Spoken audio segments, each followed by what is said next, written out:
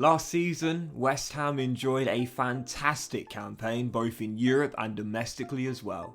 The Irons reached the semi-finals of the Europa League and also guaranteed European football again with 7th place finish in the Premier League. But this season, just 11 points from as many games has the fans uncertain of the future in perhaps the post-David Moyes and Declan Rice era to come. Today, we take on a 2-season transformation West Ham, try and win some major honours and also keep European football at the London Stadium. Tell you what, if you want a challenge in career mode, West Ham is one of the best you can do. In the first season, you're asked to finish in the top 4 and win both the FA Cup and the Europa Conference League too. It's a decent side, but the budget is only just over 60 mil, so this is a real challenge. I like the team, it's pretty decent. 4.5 star, couple of good young talents, Skamaka coming in, Declan Rice, the captain of course as well. But to me, the main area of concern is definitely in the defence, and specifically a fullback as well. I want a new left back and a new right back too. And with so many players out of contract in season 1, we will have a clear out of the London Stadium in the first transfer window. And some big names are going to go as well. Lanzini, Obona, Aaron Creswell, Kufau, possibly Fabianski if I can find a buyer as well. The only player staying will be the youngster Harris Lashby. Everyone else is going on the transfer list. It's time for a rebuild. And I said I want new fullbacks, and we'll start on the left-hand side. 3 names on the shortlist, but I'm going to keep him in London. Ben Chilwell of Chelsea, my number 1 target. And I'm going to try and swap one well for another. Creswell, do you fancy him, Potter? Okay, yes, they do want him, but 40.6 mil as well. No way am I paying that, plus Aaron Creswell. For Ben Chilwell, 30 mil? Okay, no, 30.5 mil. There's definitely plenty of time to negotiate this. But I don't need to. 30.5 mil plus Creswell. That's a good deal there. And the contract agreed as we swap one well for another. Yep, Chilwell comes, Creswell goes, and we've got our new starting left back here. Ben is in. I could see this as well in a few years' time. Ben Chilwell in as our new starting left back. Now I've got my left back, I want my right back. And I know exactly who I want as well. We've just sold our current right back, Vladimir Kufau, as the Czech Republic international. He's off to Monaco for 16 mil. And the guy that's going to replace him, young, speedy talent from Celtic to Bayer Leverkusen and now to the London Stadium. My sole target, Jeremy Frimpong. And the exact same transfer fee we agreed for Ben Chilwell is what we'll pay for Jeremy Frimpong. £30.5 million for the young Dutch talent he is in. I have to say, Frimpong for me might not have the greatest defensive stats, but because of the development plans on FIFA now, it's quite easy to target those weaker stats and get them up quite quickly. So on the defensive wide back development plan, he'll come in at right back, and I've got both of my 2 main targets a week into the transfer window. Perfect start. So as the clear out continues, 3 quick sales. Angelo Ogbonna is going to go to Frimpong's old team, Leverkusen, for £4.9 million. Lanzini is getting a big move to Old Trafford, but the most interesting sale of the 3, Craig Dawson, is going to Juventus. I like Dawson. I think he's really underrated, and he's getting rewarded for his good form by going to the old lady in Turin. What a class move that would be at that stage of his career. So with the money raised, I've got enough for another new signing, and I'm going to get a new wide midfielder, Viktor Zygankov. Obviously, just let one Ukrainian winger go in Yarmolenko. I liked him. I thought he was pretty solid as well. And for Zygankov, we'll start with a... Oh. Well, it was meant to start with 25 mil and work our way up. In the end, it got accepted. Could have got it cheaper than that. So one Ukrainian winger goes, one Ukrainian winger arrives. Yarmolenko out, Zygankov in, and he'll come in on that left-hand side with Jared Bowen on the right. So now the season ticket money has arrived. We've got just about enough money for one more signing, and I swear, man, he's probably my favourite centre-back to sign in this year's FIFA career mode in the first transfer window. Available on a really cheap transfer fee. Evan Ndicka of Frankfurt. Obviously, Frankfurt knocked out West Ham in the Europa League semi-finals last year on their way to beating Rangers in the final. Our revenge? Snap up one of their young talents. Yup, for 23.5 mil, Evan Ndicka is in. This will strengthen our back four even further. And I've got to say, I'm liking the defense now. That was my main area of concern. But now 2 new fullbacks plus Ndicka coming in as well. This is a much stronger West Ham back line. And the very last thing I did to end the transfer window, Give Declan Rice a big new contract. He's going nowhere. He's our captain and he's staying here. So let's simulate the end of the season then. Again, our objectives are to finish in the top 4 and win both the Europa Conference League and the FA Cup as well. With this 4.5-star team, it is doable, but it is going to be incredibly difficult. I like the team, we've improved it, but very tough objectives from the board. Let's see if we can smash them and have a memorable season at the London Stadium. Am I going to say, come on you Irons? Oh, go on then. Come on you Irons. So, this is it. Final run-in. Ah, no, that's one down. But solid first leg in the semi of the Europa Conference League, and we are indeed through to the final against Nice. I'm very pessimistic about the Premier League. We've dropped far too many points right on cue, back-to-back losses, and the FA Cup in the semi, but for the final in Europe, hey, silverware! Europa Conference League in the cabinet, but the Premier League, I'm very pessimistic about this. Yeah, 8th place finish, dropped way too many points this season, and had a really poor end of season run.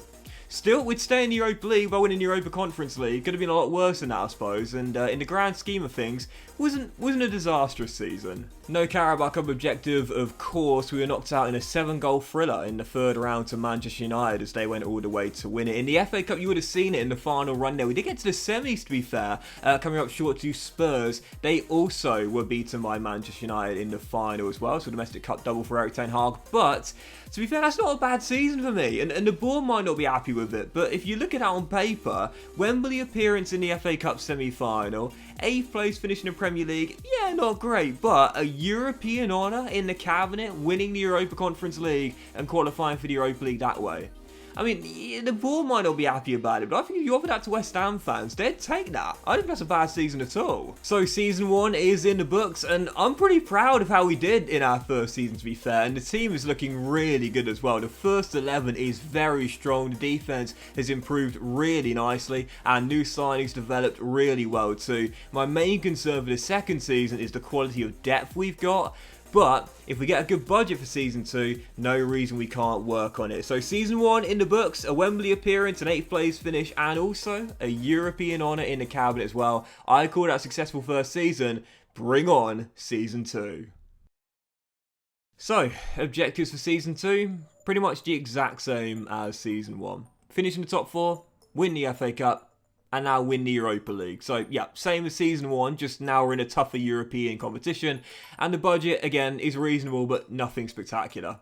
This West Ham board is so ambitious. Last season, I think we actually performed above expectations with this team, despite the board's objectives. So for the new season, man, it's going to be tough. I think looking at the team, there isn't really a weak spot in the first 11. It's just what can be improved upon. You know, I think possibly a new striker to replace Skamaka and possibly a new centre-half to replace Kurt Zouma as well. Tons of players to deal with come the end of the year, but only one player is going to stay. That's the young, versatile fullback Ben Johnson. So big names are going to go, including Pablo Fornals and Michail Antonio as well. We've got to be ruthless if we're going to make top 4. So quick signing, Fabianski left on a free transfer, so we just got our new backup goalkeeper for 6.5 mil. It is Etienne Green, dual nationality with England and France, and the St Etienne goalkeeper will be our backup for Alphonse Areola. I really like that as well, to be fair. Young English, dual nationality with France, learning under Areola. Pretty solid signing. But this will be the big marquee signing of the window, and I've got a very interesting plan here. Now, you might have noticed that Jared Bowen is on the transfer list. That's by request. I don't want to sell him, but I'm going to be forced to. So the guy I'm going to replace him with is Bukayo Saka. Our contract in the summer, and Arsenal want him. Arsenal want Jared Bowen. Now, that wasn't my plan. I was going to sign Saka and then try and sell Bowen. But I tell you what, Mikel, if you want Jared, we'll take Saka. Oh, mate, that is not what I planned to do, but that's even better than I planned. 15 mil plus Bowen for Saka. That's That's brilliant. Well, I certainly didn't plan on doing it this way, but Bukayo Saka goes, Jared Bowen leaves, but it just exchanged clubs. I didn't plan on doing it that way. I was going to sign Saka first and then sell Bowen elsewhere. But in the end, Mikel, opportunist, goes for Jared Bowen on the transfer list and cashes in on Saka in the final year of his contract. So Bukayo is in, and for 15 mil plus Bowen, who I was going to be forced to sell anyway, it wasn't my plan. I didn't plan to do it that way, but it worked out perfectly for me. Saka is in and Bowen goes to the Emirates. So a couple of quick sales. Masuaku was returned from loan but is now leaving permanently. He's off to Real Sociedad for 4.35 mil. And I was considering keeping Pablo Fornals with his deal at coming the end of the year. He's a decent player, but at 27 years old, I think we can get better and we can get younger as well. He's off to Inter Milan for 23.6 mil. And with the money now in the bank balance, I'm going to get a new striker to compete with Scamacca, and I've always been a big fan of this guy. Chelsea has sold quite a few of their good young stars over the years out of the academy. It's been a shame to see it as well because, you know, several of them could have played really big roles in their first team, such as Mason Mount. But Fikayo Tomori's doing a great job with the Serie A at the moment, as is this man, Tammy Abraham. I watched him play out on loan at Bristol City, with Swansea, with Aston Villa as well. This kid always had the talent, and it's great to see him doing so well under Mourinho at Rome. He is in. Big transfer fee for £60 million, but I really, really like it. Tall, strong striker, just like Scamacca, and knows how to put the ball in the back of the net. That's the improvement we were looking for. Tammy Abraham is in. So not much money left now after that big blockbuster fee for Tammy, but I have just made an interesting sale here. Emerson is going to go to Monaco for £11 million. I'm going to replace him with a player that's several years younger and a little bit better as well. We want more quality in depth. Luke Thomas of Leicester City. And this is a really quick signing as well. Out of contract at the end of the season, Brendan Rodgers cashing in. £8.75 million was the fee. So cheaper than Emerson. Same rating, but 6 years younger, and it'll have a bit more potential as well. So yep, Thomas in. And with the season ticket money arriving, we've got just about enough money for one new signing. And as we continue to improve depth, I want a new, good holding midfielder for Declan Rice and Souček. Brian Cristante of Mourinho's Roma. Can't believe that I've not had a single bid for Antonio. Not a single club wants him either. That's so strange. He's a decent, versatile forward, but nobody wants him. But the fee, 18.5 mil, out of contract at the end of the season, another solid bargain there. So Cristante is in, and that will do it for our summer signings. There's a little bit of money in the budget, but I'm not going to be able to sign anyone with just under £5 million. So our team now looks like this. It's strong. I like it. We've improved the first 11. We've got a new striker to replace Scamacca. We've brought in a new right-sided midfielder to replace the transfer-listed Jared Bowen, and a little bit more quality on the bench with Green, Thomas and Cristante coming in as well. The question is, can we hit those really tough objectives in Season 2? Break into the top 4, failed to do that last year. Win the FA Cup, failed to do that last year. And now win the Europa League. This is such a demanding board. Let's find out. Come on, you Irons. Well, this has been tough, guys, not going to lie. And I don't think we're going to do the league objective either. We've done alright in the Premier League, but dropped too many points at the end of the season once again. So no FA Cup, no European competition this year, and a 6th place finish in the Premier League. I thought we might have just snuck into the top 4. We did better than last year, to be fair, but in the end we failed all 3 of our objectives in Season 2. I thought we were quite unlucky in the Cups. We reached the Carabao Cup final this year, so another Wembley appearance became up short to Liverpool. And in the FA Cup, we were knocked out by Spurs in the 4th round, so no shame in that, as Liverpool picked up a domestic cup double this year. And as for the Europa League, asked to win that, well, we topped our group undefeated as well, but once again, it was the draw that kind of stung us a little bit, knocked out by AC Milan. Once again, no shame. All 3 of the knockouts in the cup competitions were against really, really big teams.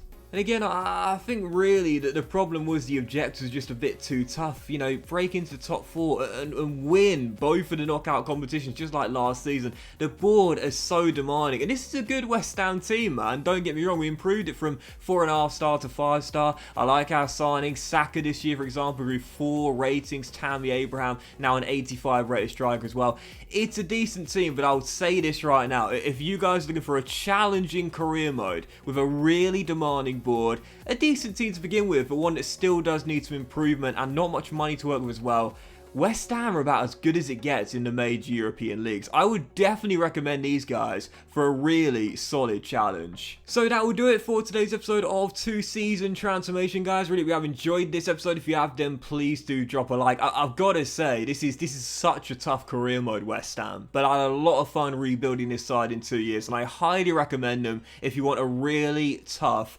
career mode save. This is a real challenge, but definitely worth a go. Thanks for watching, guys. Much love to you all. Let me know in the comment section down below what team we should transform next in 2 seasons, and I'll see you for the next episode of 2-Season Transformations very soon.